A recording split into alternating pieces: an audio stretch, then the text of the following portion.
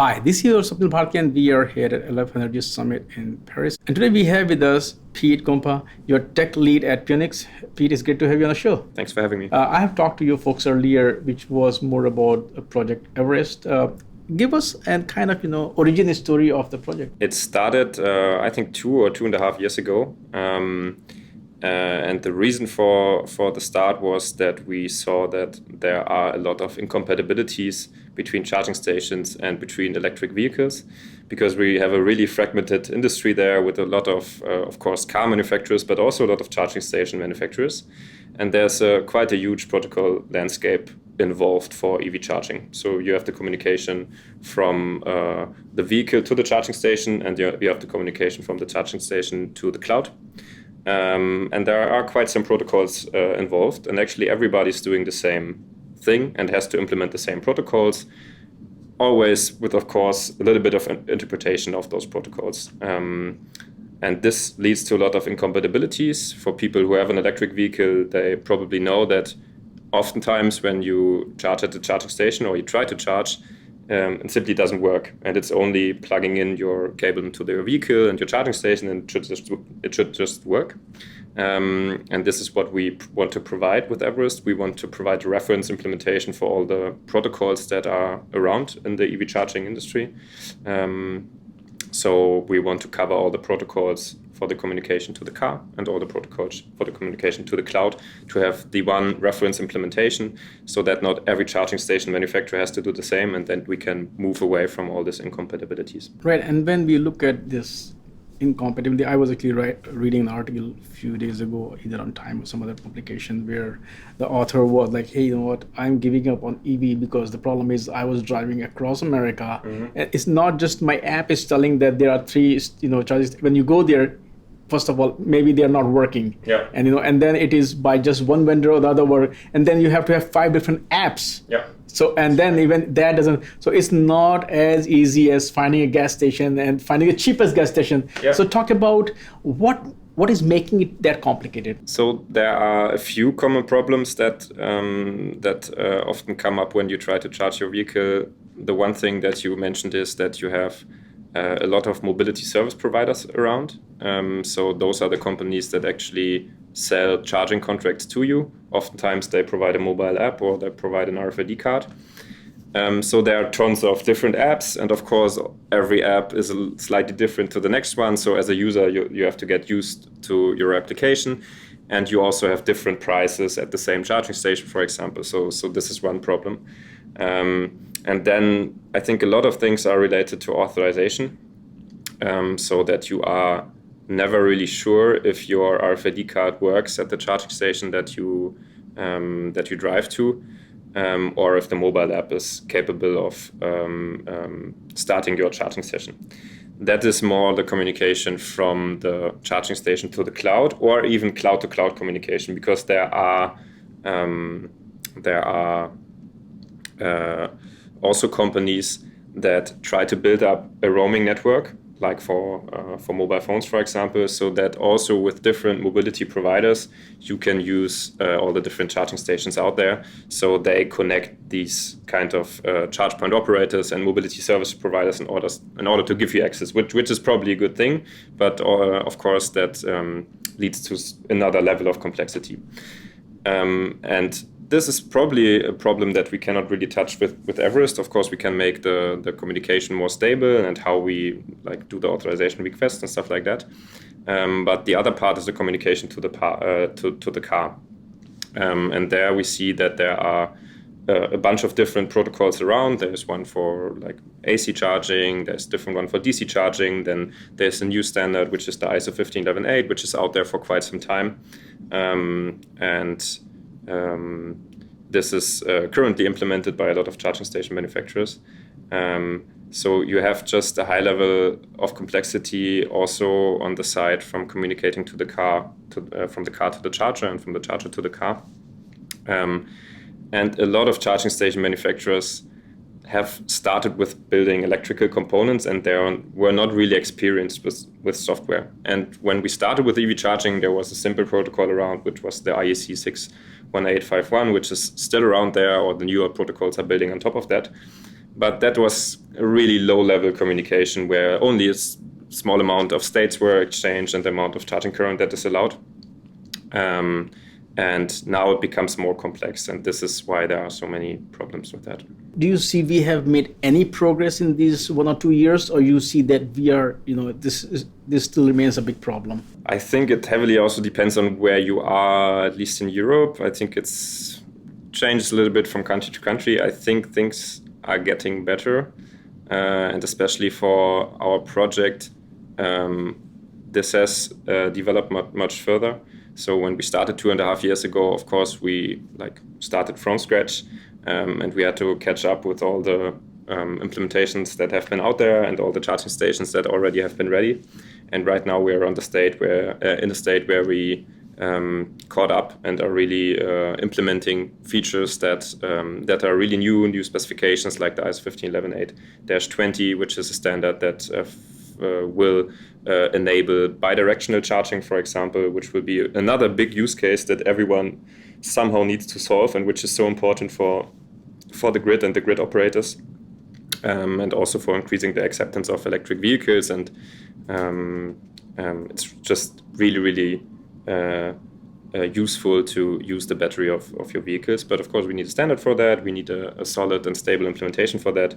And this is where we are right now and we're working on right now. When we look at this problem, do you also see some involvement of, electric car makers like Tesla's or, Kaya is there, Toyotas are there, Ford is there, or it is a problem more specific to the energy sector? No, it's definitely can also be related to the car.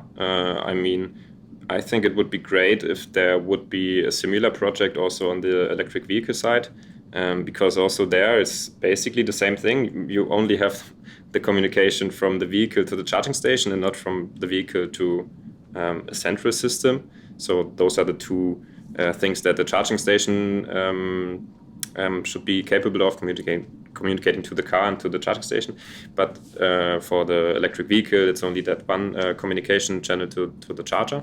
But of course, also there, it would make sense if vehicles would not behave so differently. What we experience when we develop Everest and we test with real cars is how differently they behave when you plug in the cable. It's really interesting what kind of things you see there and how they are not behaving standard conform, for example, and we try to solve that within Everest to still make it possible to charge. But also on that side, a push would be nice. I think I just read this morning that Elon Musk was talking about open sourcing some of the Tesla charger software. Not sure how serious he was with that, but that would definitely make sense. And of course, we work together with the car manufacturers, and we are happy if they test together with Everest, because of course we want to provide a stable implementation of the protocols that communicate with the car.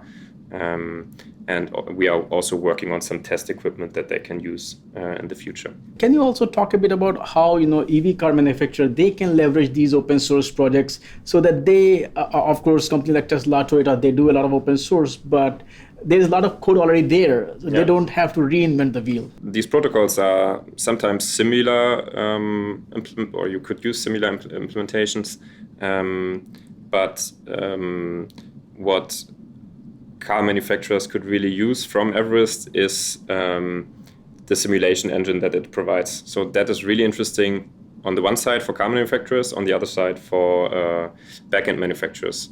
So you can run Everest completely in simulation. And this enables car manufacturers to test against charging stations. And I heard that some of them are even driving their prototype vehicles to some charging stations at resting areas to test their implementation. And of course, this is not something that you need to do. You could just use Everest, run it in simulation, or put it on a charging station that is available on the market.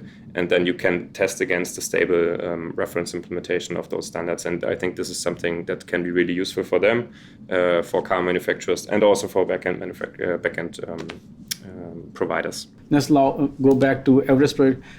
Talk a bit about where the project is today, what kind of community is around the project, and who is using it, if you can also share some use cases. As I said a little bit earlier, is that we have really caught up with the recent developments with all the protocol implementations. So right now we have a complete implementation of the protocol OSPP 1.6, which is the communication to the backend system. And we are working on the next part, the OSPP 2.0.1 implementation. We already have a basic implementation for that, and we will continue to implement that. On the vehicle side, we are currently working on finishing up the ISO 15118-2 and have already started with the ISO 15118-20, which enables this bidirectional charging. And with the end of last year and the beginning of this year, we really saw a big change with respect to the mailing list, for example. So there are a lot of people that are interested, but also quite some companies that are asking questions on the mailing list. So we have a really increased activity there with a lot of requests every month. So it looks like there's quite a community building process happening around this project. And probably another big step was that ChargeByte, which is another company from Germany that is a manufacturer of charge controllers, and they also do charge controller software. They joined the Everest project alongside Pionix and contributed, for example, an ISO 15118 stack as well, and they will go full to Everest and use that on their charge controllers and next generation of charge controllers. If you look at the project itself, what are the things that you folks are looking at, either further improving the project or solving some of the challenges that you still see that are there? We spent a lot of effort in is the testability of the project and also to extend the simulations. Especially for OSPP 1.6, for this protocol implementation, we have a lot of test cases written. So we have a stub for the backend system that we are using to test our implementation there, and we will continue to do that also for OSPP 2.0.1. And of course, we spent a lot of work into automating those tests and integrating that into our CI/CD pipelines, so we can ensure that we have like a stable implementation every time. And that's quite a challenge because, of course, there are many different modules involved within Everest. We have all the communication to one or the other side, but of course we also have communications with low-level drivers for power meters, for RFID readers, and also for authorization purposes. So there's a lot that comes together within Everest, and of course we need to provide a stable implementation for that, and testing is something that we are working on right now. When you look at open source project like Everest, of course these are open source projects, but the thing is open source can be free of cost on day one, but the real challenge starts day two, where it's not just about implementing that project internally, new features, updating, upgrading, it takes a lot of work to maintain the project. That's where commercial support for these projects come into play, and that is essential to the sustainability of open source. Can you talk about how is Pionix, kind of offering support to users of this project? Yeah, so that is basically the business case behind Pionix. Of course, all the code within Everest is open source, and it's also quite easy to use it and to get it running on your laptop. But of course, in the end, you want to get it running on your charging station. So usually what you need to do is you need to write some board support for the specific hardware where you want to port it. So usually our customers are charging station manufacturers, but also component suppliers like Texas Instruments or Phytech that provide boards for charging stations. And we help them to port the open source Everest project to their specific hardware, which might include also to write one or the other module for their power meter, for example, or for their RFID reader. There the customer decides if that code gets open sourced or not. But of course, we want Everest to be a project where we also have quite some modules available, for example, for different power meters or for different RFID readers. But that is the work where we help the customers to port that to their specific hardware with their specific needs. Pete, thank you so much for taking time out today and talk about this project, its scope, its adoption, and how Pionix is helping users kind of embrace this project. So thanks for sharing all those insights, and I would love to chat with you again. Thank you. Thanks for the invitation.